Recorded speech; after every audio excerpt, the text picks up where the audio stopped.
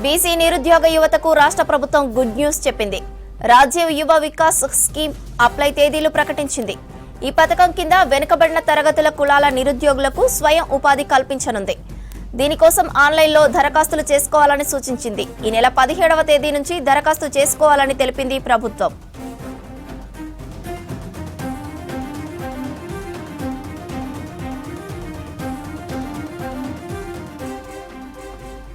BC నిరుద్యోగ యువతకు రాష్ట్ర ప్రభుత్వం గుడ్ న్యూస్ చెప్పింది.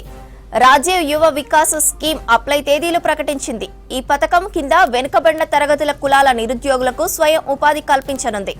దీనికోసం ఆన్లైన్లో దరఖాస్తులు చేసుకోవాలని సూచించింది. ఈ నెల 17వ తేదీ నుంచి దరఖాస్తు చేసుకోవాలని తెలిపింది ప్రభుత్వం.